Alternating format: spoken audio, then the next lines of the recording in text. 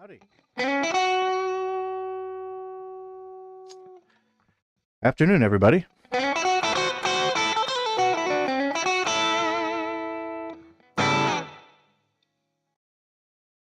Still getting things set up here. Speaker's on. There, now I can hear the guitar. All right, welcome back to another TeleDynes live stream. So we got another full day, a bunch of segments going on. We're going to do some guitar techniques and a song breakdown, something a little different. Try to do something super popular one week, and then another week we'll do something a little more obscure. And then, of course, we'll continue the theory lessons. But before I get right into that, I did get one little question here. Walter, hey, can I still play guitar with small hands? Is there any rockabilly guitar players who can do so? I feel inspired. So you can feel inspired. I think so. I mean, I don't think I have huge hands. It's really just a matter of leverage more than anything else to trying to get some of these chords, really. And you think your hand, I remember when I was first starting, you think your hand can't stretch, but it will over time. It's just getting used to getting the muscles moving and doing what you want them to do, and that happens over a period of time. It took me a good couple of months or so, maybe it was a month or whatever, to get a bar chord, and even then I could only play it for a certain period of time. And one of the things that can help people play in general, if you're just starting out, or if you're struggling with anything, it's worth it to invest in a decent instrument. Don't just get something that's cheap. You want to get something, you don't need to get, the most expensive thing in the world, but you just need to get something that's going to be able to be set up properly so you can get low action. And if you're playing on acoustic, that's harder. It takes more pressure, it takes more effort to play chords or do anything on an acoustic. You kind of fight it a little bit, but learning and playing is hard enough. You don't want to have the instrument fight you the whole time. And playing electric, you can get the action pretty low, and it requires barely any effort to play. One ways you can tell. There's a couple ways you can tell if your guitar is set up properly. You can take a ruler, of course, and just get a 50-cent ruler and put it on the 12th fret and see how high the action is. It shouldn't be more than 2/32 above that 12th fret. If it is, the action's too high and you're probably struggling more than you should be. Another thing is to feel the pressure between the first fret and the second fret. However much pressure it takes to press down on the string on the second fret is usually going to be a little bit less than the first fret. It should be the same, though. But a lot of guitars that come factory set up, that's what you'll run into. Oh, it's easy to press down a string up here on the 5th fret or 2nd or 3rd fret. But the 1st fret, because it's right curving over the nut there, it usually takes a little bit of extra effort to push it down. I'm barely pressing down here. And that's all it should take. You shouldn't have to, really dig into it. You should be able to play really light. All right, so we'll go ahead and get to the first segment.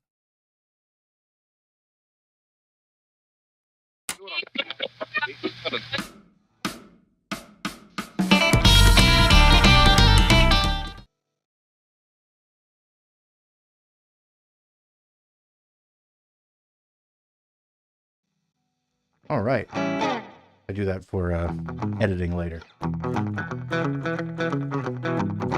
All right, so palm muting.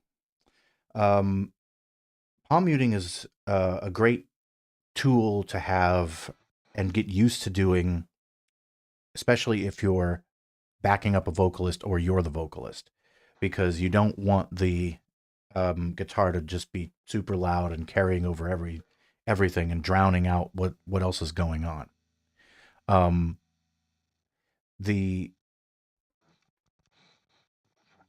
it also functions as a form of dynamics, right? Without having to physically turn down the volume of the guitar or have to, play lightly necessarily. You can still dig in,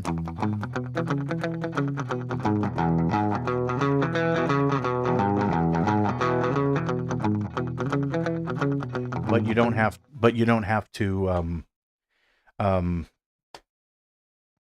control the dynamic of your playing. So if I'm playing something like this, I'm actually physically playing lighter. And then digging in harder as I go. Where with palm muting, you're still playing hard,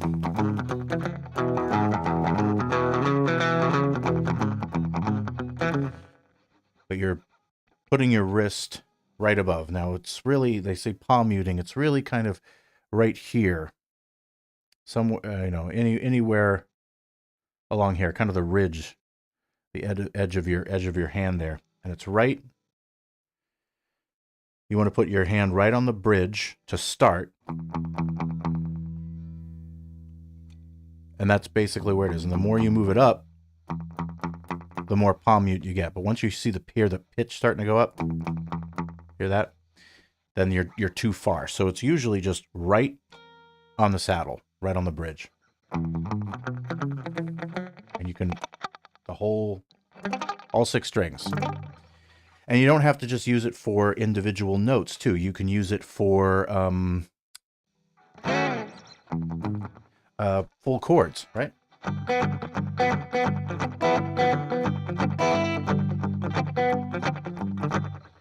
So you can play something. I'll actually get to that later when we go over the song. And it still keeps the dynamic down. And you get a thump, kind of a thump rhythm out of it, too, right?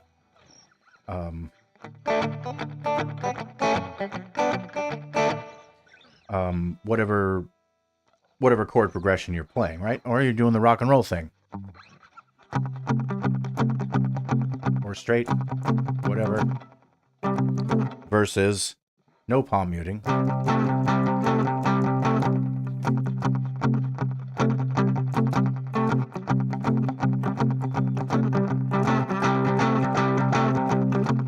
And getting used to that technique, if you're not familiar with it, is crucial to be able to control the guitar and control dynamics.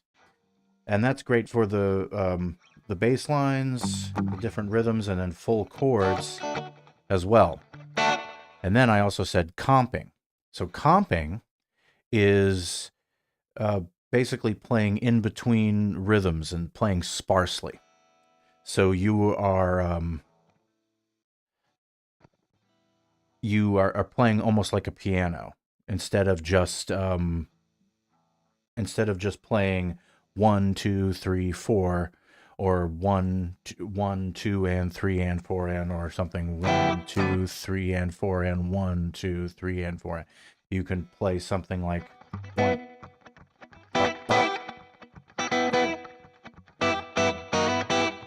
And usually you can play with a pick, but you want to usually pick these with your fingers. It sounds cool, right? It's kind of more like a piano because all the notes are being played at the same time as opposed to, playing with a pick. Walter, another comment. Love your videos. Thank you. I appreciate that. Sorry for the comment. No, feel free to comment as much as you want. I'm just going through these segments here, but as more people join in, and feel free to comment and chat and interact, and I will, if you have any questions, I will definitely answer them. I actually have a Q&A segment set up for these streams as we go. Hopefully it gets more popular, more people start joining in, and I'm clipping these segments out of every live stream, so I'm able to take them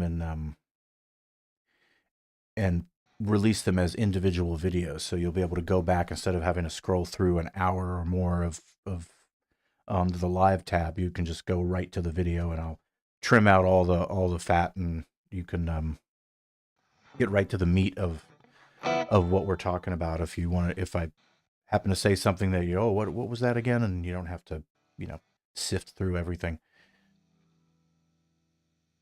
All right, so with the comping, it really kind of leads me into the next segment, which is the song that I've chosen for today, because we can go, instead of just shooting in the dark here, we can go over, it's kind of I guess a jump blues tune, I guess you could say. But I'll just, the technique, if I were playing something like a 1 diminished 2/5, you hear something like this.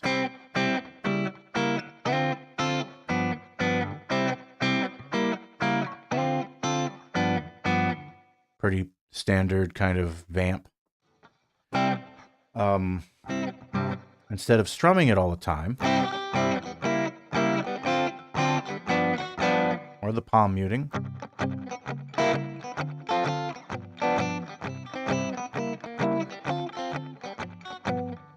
you can, if you get used to this, you can do the comping. You can also tuck your pickup in your finger and use your thumb and kind of play up on the neck a little bit.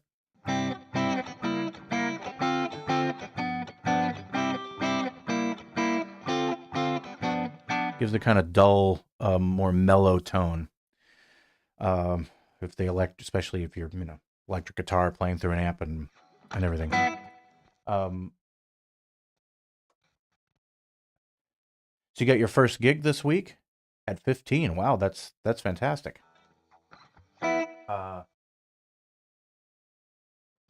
Any tips for a gig? Let's see. I'm trying to remember. My first gig was about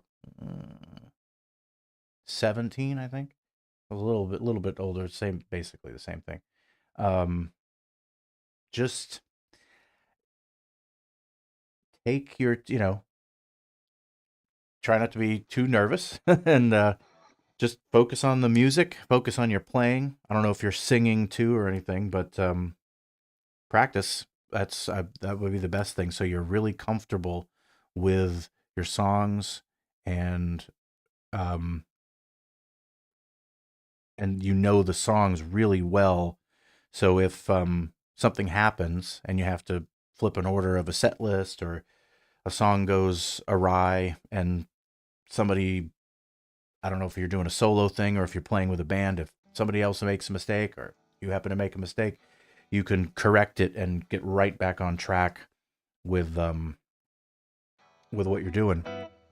But yeah, the first thing I remember doing was just zero in, focus on the music, don't worry about the crowd, just do your thing and just get into it and almost get into your own world. And and you know what, it's going to happen. I don't know how long the gig is, but if it's like a full night, or if you're just playing like an hour or hour and change or something, it's going to be over like that. You're going to, before you know it, it's going to be over. And the first thing you're going to want to do is wonder, when's the next time I can do that again? At least that's what I did. Hey, Steve.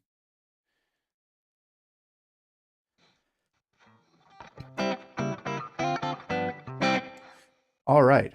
So yeah, so with the comping thing again, you can just play with the mellow sound. So with something like that, instead of playing just the vamp, playing every 4 notes, you can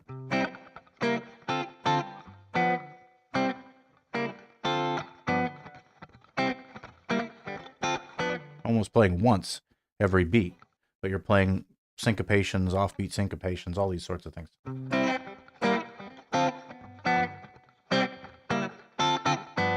You can throw in whatever rhythm you want.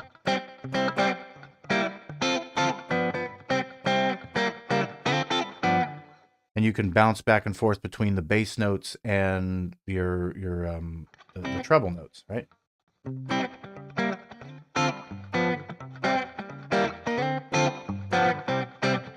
And that's another thing palm muting can come into when you're doing finger picking, where you play, when you're playing the bass notes with your thumb, that would be palm muted, but the top notes are not.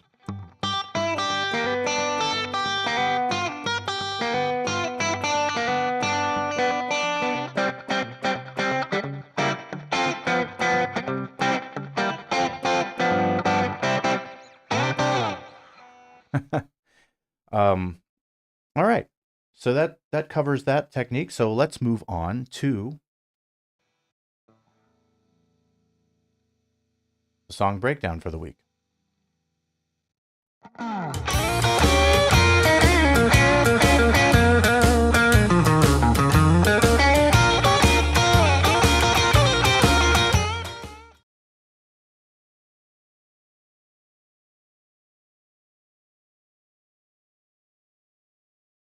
Okay.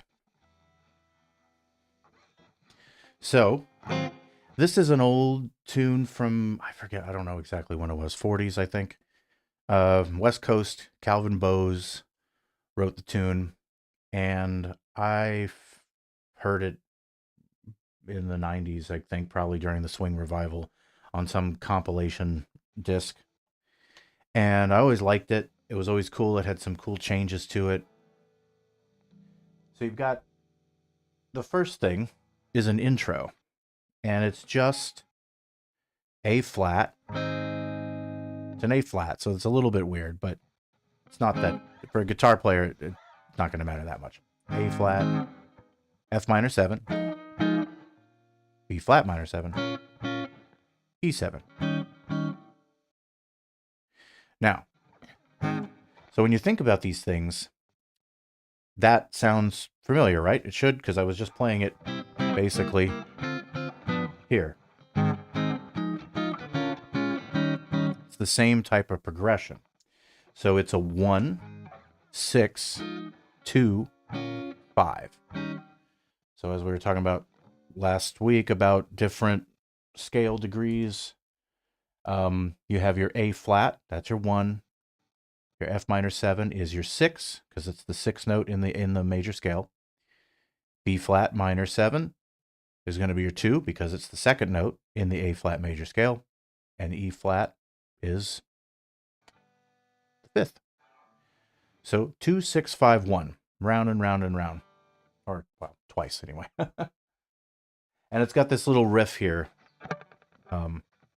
And it's a swing, kind of a swing shuffle kind of thing. Like.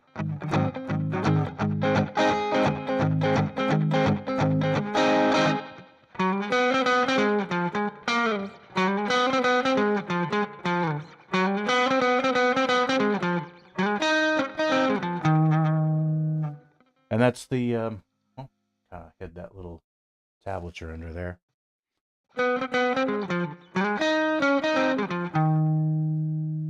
Right on the 5. So the chord progression changes here. It goes.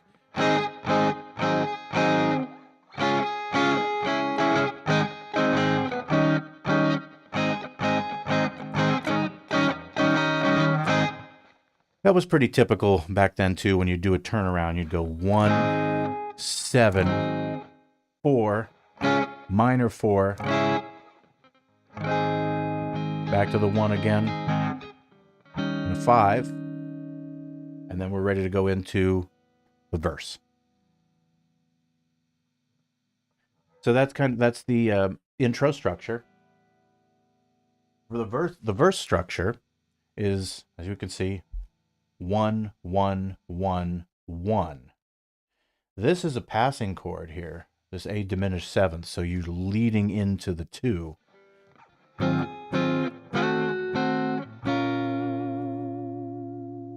Right?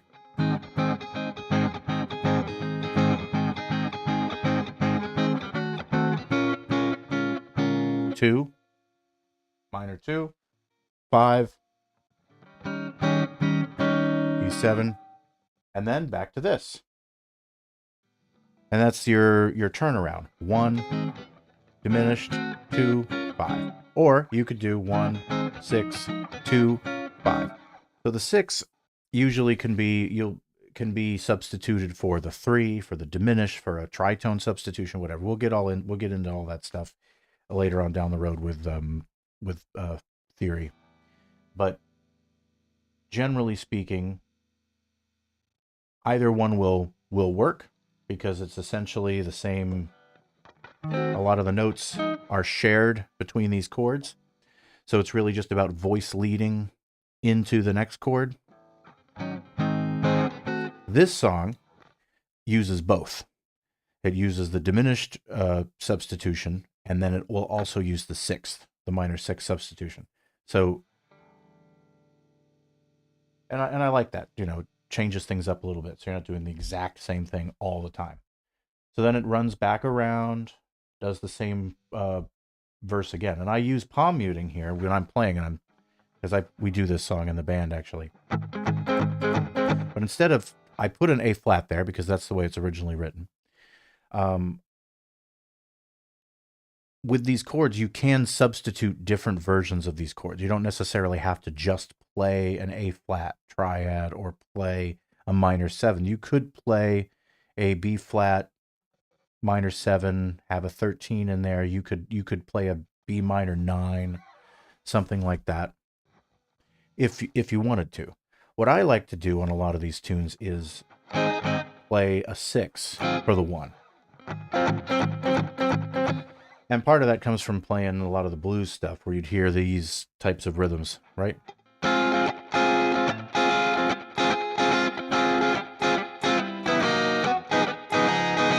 Right? So I just, when I see a 1, especially if it's a lot of 1 like this, I tend, instead of, I'll get bored of that sound, so I'll add the 16th or add the 13th into the scale.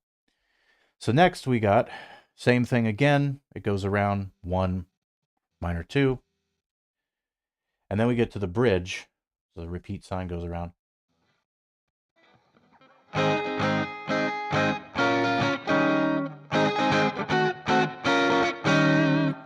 And when we go to a bridge, we go to an F minor 7. And it's kind of a descending line here. So we'll do F minor 7, E augmented to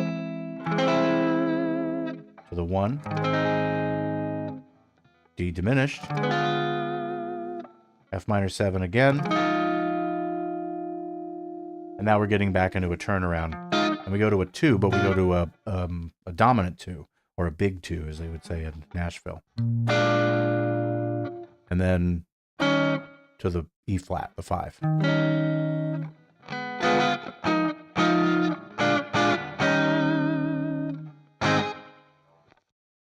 Back to the 1. And I like to do the palm muting kind of thing here. So you go and you're playing this descending line.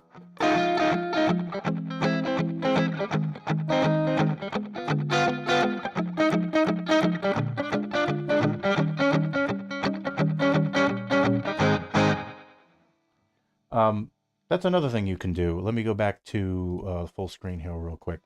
When you're playing some of these chords, especially these 7th chords, you can bounce back and forth between the 5th, or the root, and the 5th, because it's right there by your ring finger.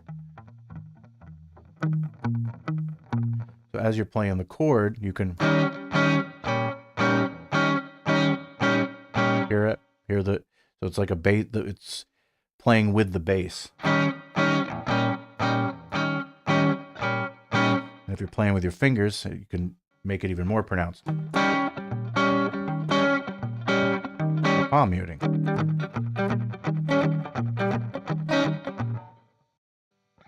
And you can do the same thing with the 9 chords too, right? The root's on the bottom, typically.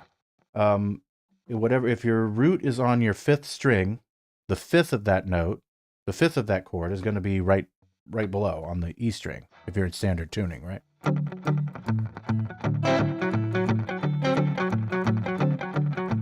So you can always use that as a way to bounce the bass notes back and forth.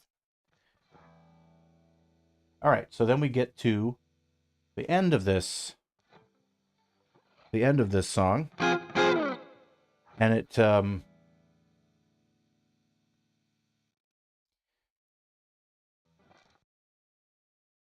after it does a turnaround,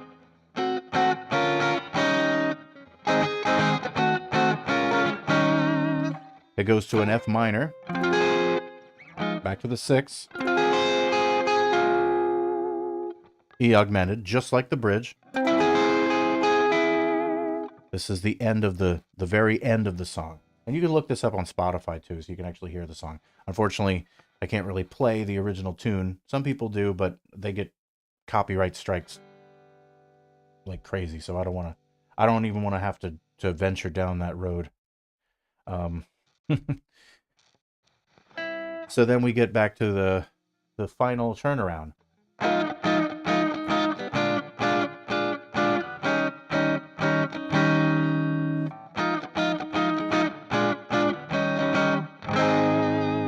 Back to the 1.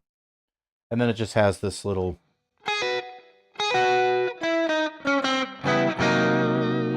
It's a saxophone line. A lot of this stuff, there's no guitar really in this track. There might be a rhythm guitar in the track, I don't know. But all of these lines are played by saxophones in the original recording.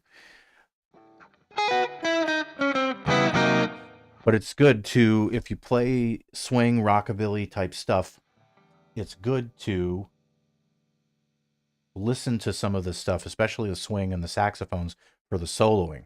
Not to necessarily play them note for note or transcribe them or anything, but just get used to kind of the stylistically, the rhythm, the way they're playing their rhythms, and the how they're leaving spaces and pauses and breaths in their soloing, so it's not just a jumble of notes constantly. Right, so you get a little bit more feel and flow to the solo. All right, well, so that was Sophronia B. If you're so inclined, you can look that up. And next, we're going to move on to music theory.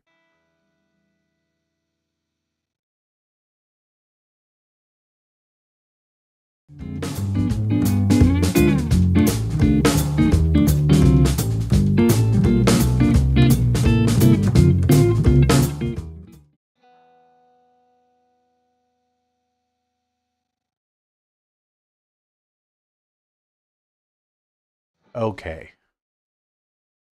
Modes. I'm going to turn my guitar down this time. So, with modes, we went over the major scale. We went over major chords last week. I think we went over minor chords and minor scale as well. But for modes are displacements of the major scale. That's all they are. So when you want to play a 2 mode, Dorian mode, right? All it is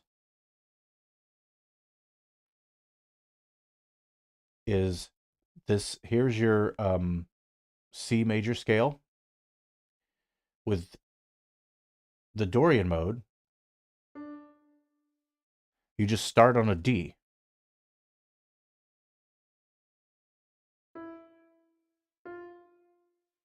And you just keep writing the scale up. Now with C, it's easy because there's no accidentals, but it's every single key functions the same way. So even if we're in A flat or we're in B or E, and we had 4 sharps, right? If you were in E, the C would be sharp, the D would be sharp, the F would be sharp, and the G would be sharp, right? So, see if I can find an example.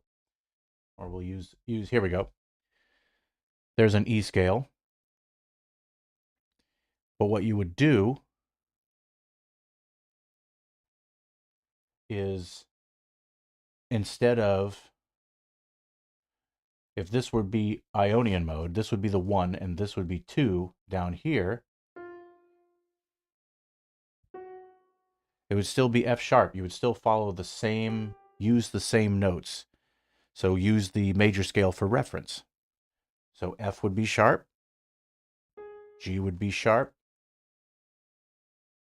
This was F major scale, so we'll make this a natural.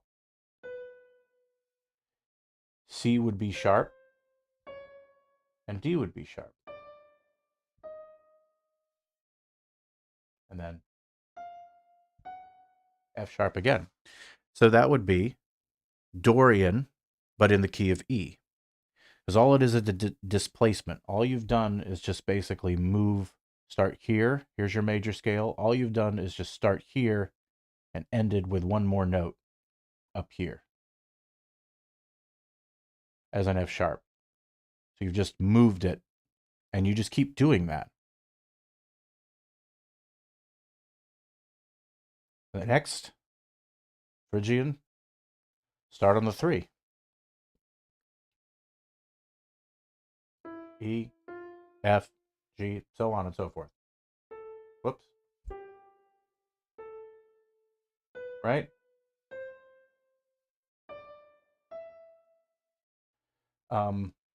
Yeah, that's it. So you're just playing a C scale, but you're starting on an E note or a D note or an F note or whatever. And so that if you're starting on an F note,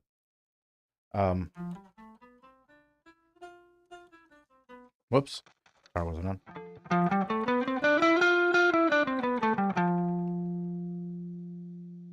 That would be Lydian, Phrygian.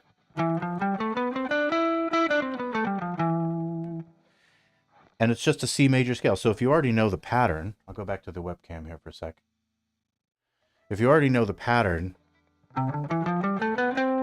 that's C, you just start on D for Dorian.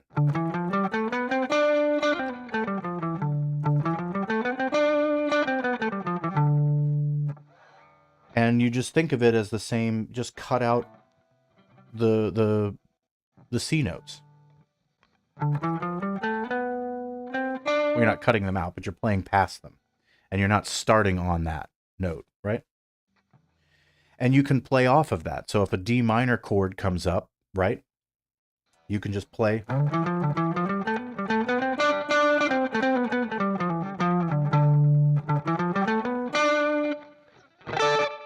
Whatever you want to do. If you're just following, you've never seen a song before in your life and you're just trying to figure out whatever, besides playing off of the chords, which you can also do. But if you know where the major scales are on the guitar, you can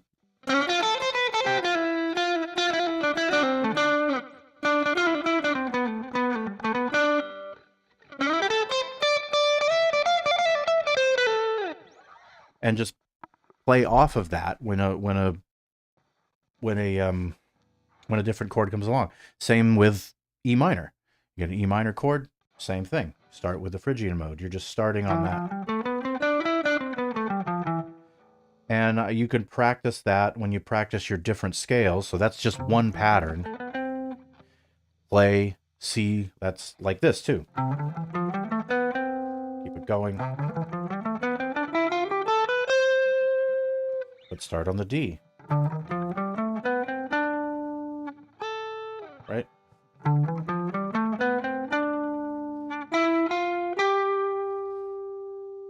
Just keep it going.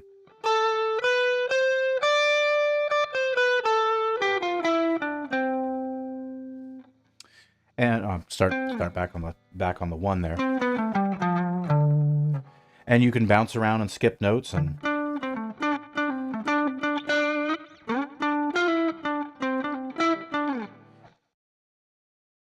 it sounds complicated, but it's really not. It's really not. It's just basically like again, you're just displacing the major scale, just moving it up, and you just keep going and going and going. And a lot of players will just run off of that. The chord will come up. Oh, here's the 5 chord. Okay, well, I'm just still going to play a C major scale, but I'm going to start on the 5 instead of the 1. And the other chord will come up. And then when you hit passing tones, 2 ways you can approach these things. You can either learn what the notes are for those chords and kind of play off of those notes as they come up, because it's going to be short-lived. It's usually like a half a measure, maybe one measure or something like that. Or if something modulates out of the key temporarily, then you can either play off of that or just skip it. Just skip it. Just keep playing in your major scale pattern from where you were, and then once the next dominant chord that's in the scale comes up, then start switching your thinking. And pentatonic always works. If you run into trouble, always go back to that. But this is definitely helpful when trying to figure out what to do over a lot of chord changes. You know, rock and roll doesn't really apply as much because most of the time it's going to be major blues scales, blues scales, pentatonic scales, that sort of thing. And then if you come across something like you have your Dorian, but it's a big 2 instead of a minor 2, you just got to remember to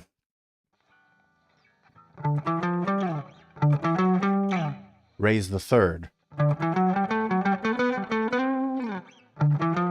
right?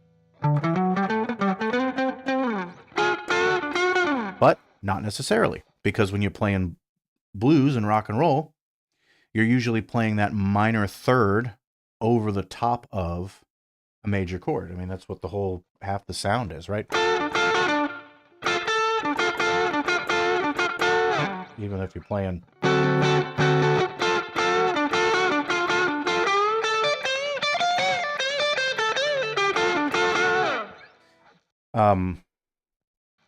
so yeah, that's just to get a clear understanding of modes. I know some people said, well, I don't really quite understand what you mean by modes, but yeah, that's all that it is.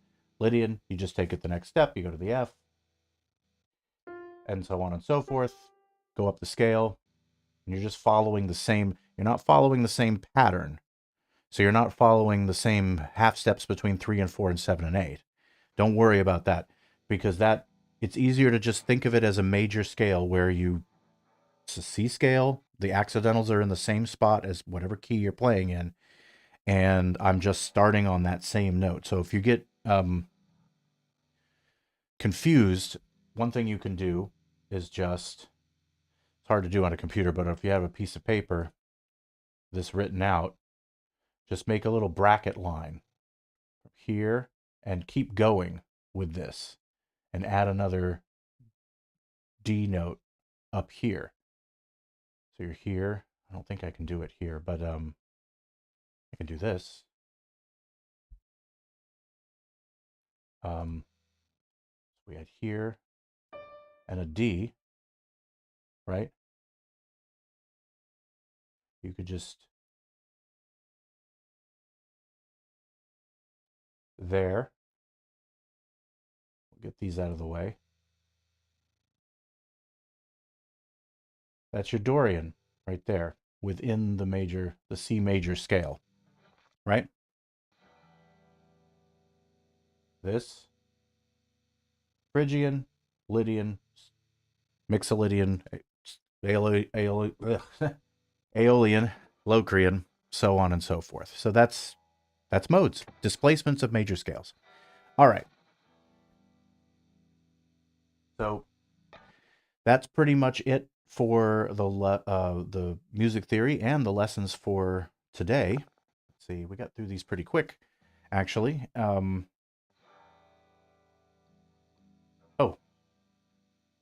that was silly.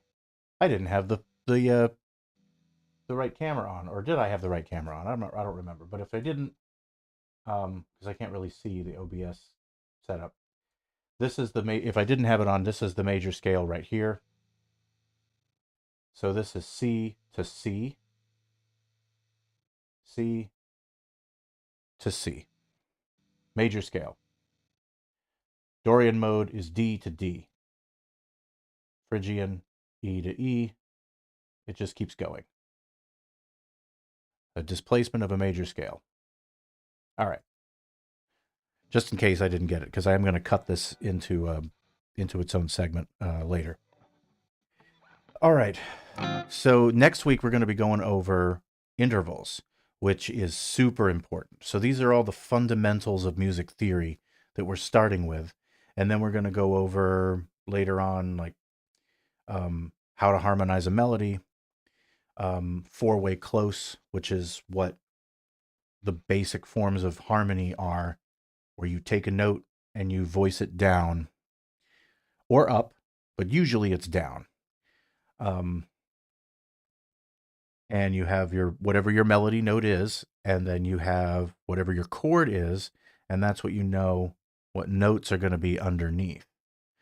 And that's easy enough until you get to melodies that are outside of the chord that's being played. And so there's a couple things you can do. You can either try to make a different chord, create a substitution, or you basically it's the direction of chromatic motion is the way you want to move it. If the melody goes up, the rest of the notes should go up the same degree relative to how far the melody note moved. Another thing you can also do is keep the notes below on that same chord. So, for example, if you had, and we'll get into this later, but I'll just mention it. If you have a C note, a C chord rather, and the C melody is your melody note, then you would voice down C, G, E, because that's four-way close. Those are the closest notes to the C note when you go down. And if you hit a D note in that same melody line, you can either move everything else up a whole step along with it. So move the G to an A and move that E to an F sharp. Or stay on the, or move it to an F to stay within the scale, to stay in diatonically. But a lot of the times you just leave the chord alone. You keep the bass chord as a C chord. So you leave the G and the E alone, and that melody note will move. And what they call that a neighboring note. So there's a lot of different things. And when you get into all of these different choices that you can make when writing songs, arranging songs, orchestrating, and whatever, at the end of the day, it's going to come down to your ear and what sounds good to you. As one of my music teachers used to say, was a jazz guitarist, he would always say, music is for the ears, not for the eyes. So always want to keep that in mind. Anyway, I guess that'll about do it for today. We'll give a little bit of updates on the channel. I've finally got the first podcast in the can. It's being edited, and we just got to go through. I've been creating some assets for some of these new types of videos that I'm creating, guys. I have the little, the amp, little intro at the very beginning of most of the videos. And now I've got, and the gear one. And now I've got just a separate one for LiveStream clips, so you know what they are. And another one for podcasts, endings, and so on and so forth. So I've been creating some of these assets to utilize in future videos. And we've got, like I said, these clips coming up, and a podcast being edited. And then, of course, I've got the lessons, another full-blown tutorial with tablature and everything. And that's just taken a little bit of time. A lot of the stuff that I did earlier on in the channel was songs I already knew, songs I was fairly familiar with. Some of them I even played live.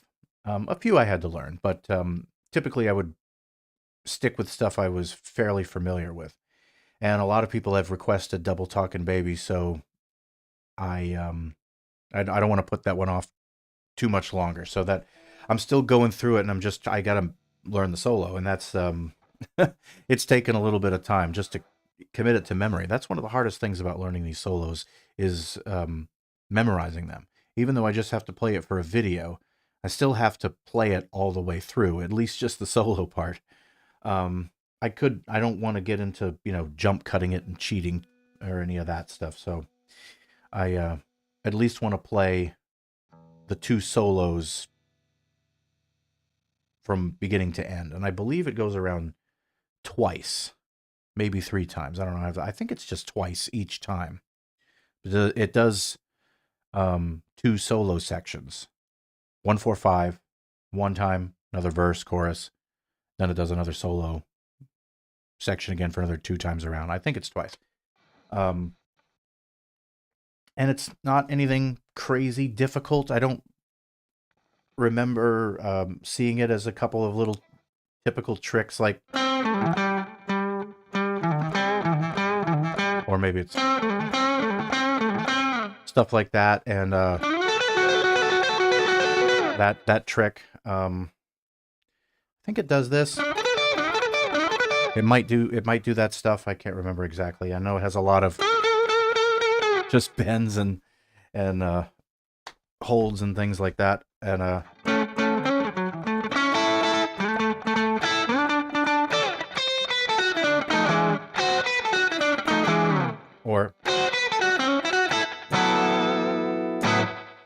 and that's so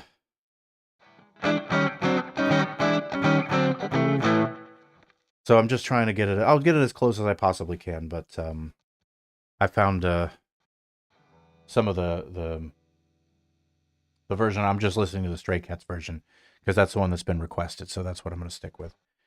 I will mention the Cliff Gallup, the Gene Vincent version, but they're basically the same thing. As the solos is what people are after, I think. So that's that. What else is going on? We finally got the shop going on the channel. If you guys are interested, we got T-shirts, buttons, all original TeleDynes CD, and stickers, and of course, and hoodies and all of that stuff. And we can do special orders, all of that stuff. So finally got that going, and we will be I'm also releasing backing tracks, which have been requested. Some for just improvisational techniques, so it'll be different keys, different feels, different chord progressions, and I'll slowly bring those out. And then, of course, individual songs. So I'm going to go back to the videos that I've done and do a backing track for Too Hip Gotta Go, do a backing track for Mr. Sandman and that sort of thing. So that way you can just, and that should be relatively easy because I don't actually have to play the guitar parts.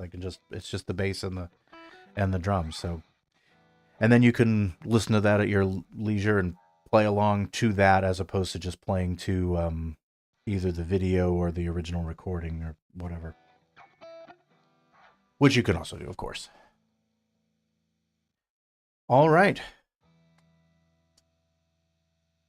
I think that'll about do it for now. And until next time, next week, same bat time, same bat channel. We'll get back to rocking and go over the some new guitar techniques. I'm not exactly sure what I said I was gonna go over for next week, guitar wise, but I write these things down, thankfully. All right, until next time, have a good one, everybody.